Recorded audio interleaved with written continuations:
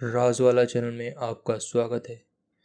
सबसे पहले तो आप इस चैनल को सब्सक्राइब कर लीजिए और बेल आइकॉन को दबाकर ऑल पे कर दीजिए, जिससे यूनिक हॉरर स्टोरीज मिलती रहे।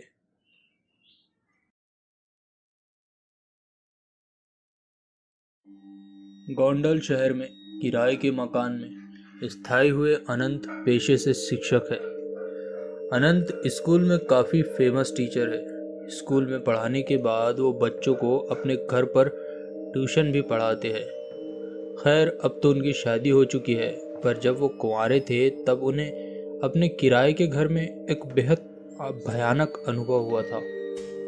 एक शाम जब वो अपनी आराम कुर्सी पर बैठकर सुस्ता रहे थे, तभी अचानक उनकी अलमारी का दरवाज़ा अपने आप धड़ाम से खुल गया। इस आवाज़ से वो चौंक गए। उन्हें काफ़ी डर महसूस हुआ, क्योंकि उस शाम वहाँ कोई हवा नहीं चल रही थी और घर पर तो वो अकेले ही रहते थे। वो उठकर अलमारी का दरवाज़ा फिर से बंद कर कुर्सी की ओर जाने लगे। तभी उन्हें महसूस हुआ कि किसी ने उनका नाम पुकारा और वो आवाज़ उस अलमारी के अंदर से आ रही थी। इस भयानक घटना ने अनंत बुरी तरह डर गए। उन्हें वहीं खड़े खड़े पसीना आने लगा और वो बुरी तरह कांपने लगे। डरते डरते उन्होंने पीछे मुड़कर देखा तो अलमारी का दरवाज़ा धीरे धीरे हिल रहा था, जैसे कि अंदर से कोई धक्का दे रहा हो। खौफ के मारे कांपते हुए अनंत थोड़ी देर में वो अजीब नज़ारा देखते रहे। तभी अचानक अलमारी से गाढ़ा काला धुआं बाहर आने लगा। ये सब परलौकिक घटनाएं देखकर अनंत की चीख निकल गई। अनंत दौड़कर घर के बाहर आ गए और सारी बातें अपने पड़ोसियों को बताने लगे। अनंत के पड़ोसी उनके साथ घर में दाखिल हुए और उन सब ने वहाँ जो भी देखा उसे देखकर सबके होश उड़ गए। कमरे की छत पूरी तरह से काली पड़ चुकी थी। अलमारी के दोनों दरवाजे उखड़े हुए थे और सारा सामान नीचे ज़मीन पर बिखरा हुआ था। कुछ लोग समझ पाते इससे पहले ही वहाँ रखी अलमारी धड़ाम से ज़मीन पर आ गिरी। अनंत के साथ साथ अब सभी लोग इस भूता अनुभव से घबरा गए थे और बाहर की तरफ भागे।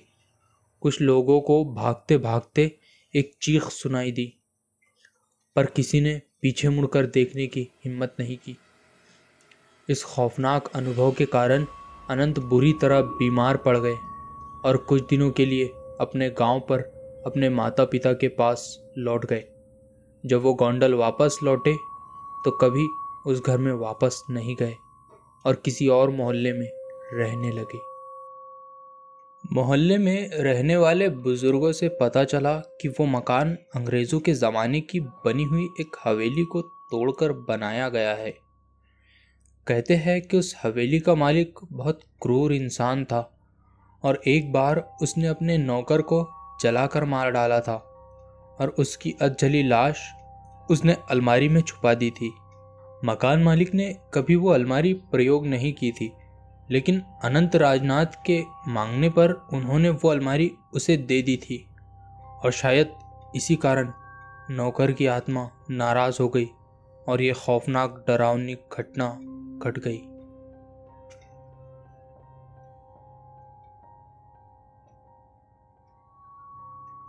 आशपुरा विस्तार में रहने वाली धरा शर्मा की अभी नई नई शादी हुई थी।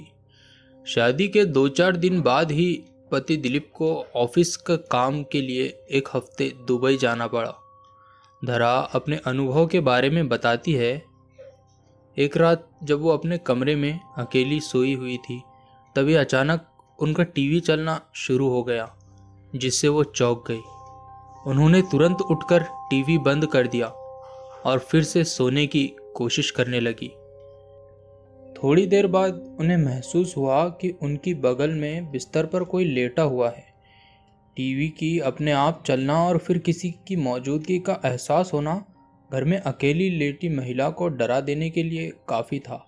धरा जिस करवट लेटी थी उसी करवट लेटी रही। उन्हें समझ नहीं आ रहा था कि करे तो क्या करे। खुद को समझाने के लिए उन्होंने सोचा कि शायद ये उनका वहम होगा, लेकिन थोड़ी देर बाद उन्हें फिर से वही अनुभव हुआ कि जैसे बिस्तर का गद्दा दब रहा हो और बगल में कोई लेट कर करवट बदल रहा हो। इस एहसास से धरा के तो रोंगटे खड़े हो गए। वो समझ नहीं पा रही थी कि ये सब क्या है।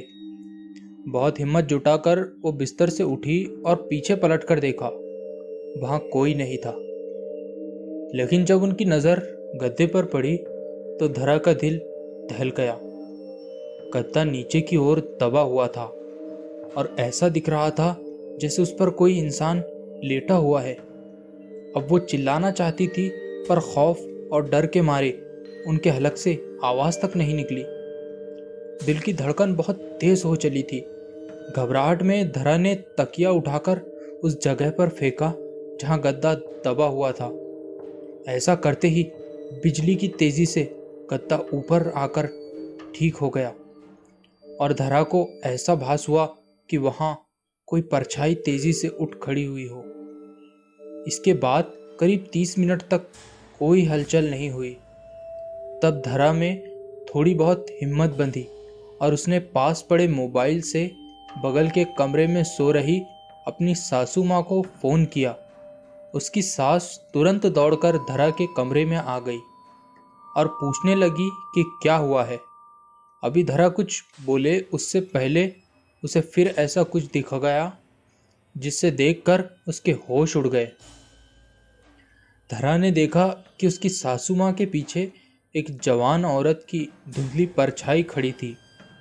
उसकी आंखों की जगह गहरे गड्ढे थे और उसका कद करीब करीब कमरे की छत जितना ऊंचा था। ये भयानक नज़ारा देखकर धरा वहीं बेहोश हो गई और उसी रात उन्हें अस्पताल में दाखिल करना पड़ा। डॉक्टर ने कहा कि डर के मारे उन्हें लो ब्लड प्रेशर की शिकायत हो चुकी है। धरा के ससुराल वाले वो मकान छोड़ने को राज़ी नहीं हैं, इसलिए धरा आज भी अपने मायके में रहती है। धरा के पति दिलीप की पहली एक शादी हो चुकी थी और उसके ऊपर दहेज की लालच में पहली पत्नी को जहर देकर मारने का मुकदमा भी चल रहा था।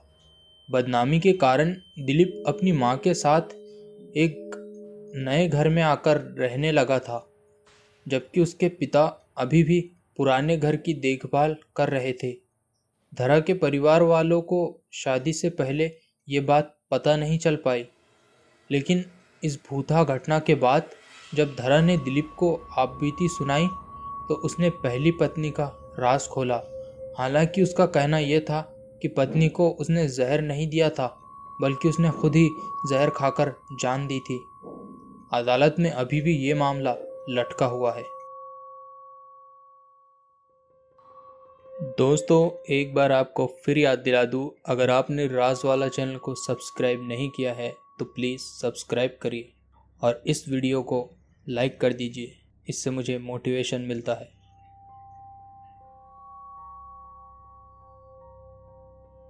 राजकोट में एक एटीएम सर्विस कंपनी में काम करने वाले जितेंद्र एक मध्यम वर्ग के इंसान हैं। उनकी शादी को करीब 4 साल हो चुके हैं। उन्हें एक बेटा भी है। वैसे तो जितेंद्र पाठ पूजा में कम ही मानते हैं, पर रास्ते में मंदिर या मस्जिद आ जाए तो सिर झुका भी लेते हैं।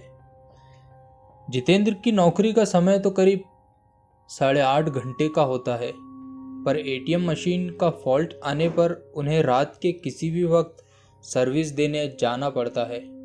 अपने इसी काम के चलते वो एक रात अपनी बाइक पर जा रहे थे।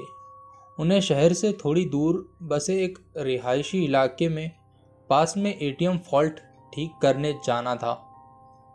वैसे तो इस काम के लिए 2 एग्जीक्यूटिव जाते हैं, पर जितेंद्र का पार्टनर उस रात बीमार था, तो सर्विसिंग के लिए उन्हें अकेले ही जाना पड़ा। स्पॉट पर जाकर जितेंद्र ने अपनी बाइक स्टैंड पर लगाई। तभी उन्हें वहां एटीएम बूथ पर एक लड़की दिखी। जितेंद्र ने सोचा कि उसे शायद पैसे निकालने होंगे और वो एटीएम मशीन के ठीक होने का वेट कर रही होंगी। फॉल्ट ठीक करने के लिए जैसे ही जितेंद्र एटीएम बूथ के अंदर आए तो वो लड़की भी अंदर आने लगी। सिक्योरिटी गार्ड ने उन्हें बाहर रुकने के लिए कहा। अब जितेंद्र अपना काम कर रहे थे, तभी अचानक उसकी नज़र एटीएम बूथ के बाहर गई। वहाँ उन्होंने जो देखा उसे देखकर उसके पसीने छूट गए। बाहर खड़ी लड़की एटीएम गार्ड की मुंडी अपने हाथ में लिए खड़ी थी और वो जितेंद्र की ओर घूर कर देख रही थी। ये सब देखकर जितेंद्र का दिल बेतहाशा तेजी से धड़कने लगा। उन्होंने वहां से नजरें हटा ली और सोचा कि ये उनका भ्रम होगा। वो ये सब सोच ही रहे थे कि तभी अचानक उनके सीनियर का फ़ोन बज उठा। ये फ़ोन वहाँ का फॉल्ट जल्दी ठीक करने के लिए था। कांपते कांपते जितेंद्र फिर से काम पर लग गए। थोड़ी ही देर में उन्होंने एटीएम मशीन ठीक कर लिया। इस बार एटीएम बूथ से बाहर देखने पर सब नॉर्मल लग रहा था। वो लड़की भी वहाँ खड़ी थी और एटीएम बूथ का गार्ड भी उसके पास आराम से खड़ा था। जितेंद्र ने सोचा कि पहले जो भी देखा था वो सब उसका भ्रम होगा। वो काम निपटाकर सीधा अपनी बाइक की ओर दौड़ गया। जाने से पहले उसने एक बार फिर एटीएम बूथ पर नज़र डाली। तब एक बार फिर से उसका दिल दहल गया। एक बार फिर बाहर खड़ी लड़की एटीएम गार्ड की मुंडी अपने हाथ में लिए खड़ी थी। इस भयानक नज़ारे को देखकर जितेंद्र बुरी तरह डर गए और जल्दी से वहां से भाग निकले। राजकोट वापस लौटते वक्त भी उन्हें बार बार ये भास हो रहा था कि उनकी बाइक के साथ कोई परछाई चल रही है। वे घबराए हुए चलाए जा रहे थे कि न जाने कैसे अचानक ही उनकी बाइक बंद हो गई और ठीक एक बरगद के पेड़ के पास जाकर रुकी। जितेंद्र को यकीन नहीं हो रहा था कि उनके साथ ये सब सचमुच हो रहा है। उन्होंने नज़र उठाई तो बरगद की शाखा से झूलती एक आकृति नजर आई। उसके हाथ में एक नरमुंड था और वो अजीब खरखराहट भरी आवाज़ में कुछ बोल रही थी। जितेंद्र ये सब देखकर वहीं जम गए। न उनकी चीख निकली, न उनके अंदर हिलने की ताकत बची। चुड़ैल पेड़ से उतरी। उसने उल्टे पांव देखकर जितेंद्र जी पसीने से छूट गए। उन्होंने आंखें मूंद ली और भगवान को याद करने लगे। चुड़ैल उनके बगल में आकर बैठ गई और उनका सर सहलाने लगी। इसके बाद जितेंद्र जी को कुछ याद नहीं कि उनके साथ क्या हुआ। जब होश आया तो वो एक हॉस्पिटल में थे। सुबह कुछ स्थानीय लोगों ने उन्हें बेहोश पड़ा देखकर हॉस्पिटल में पहुंचा दिया था। इस घटना के महीने बाद तक जितेंद्र बेसुध रहे और काफ़ी पूजा पाठ के बाद ही उनकी हालत फिर से सामान्य हुई। अब वो राजकोट छोड़ चुके हैं और एक नॉर्मल लाइफ जी रहे हैं। दोस्तों, आज की कहानियाँ यही ख़त्म होती है, लेकिन अभी स्क्रीन पर कुछ कहानियाँ आ रही होंगी जिन्हें शायद आपने नहीं सुना हो, तो वो भी सुनिए।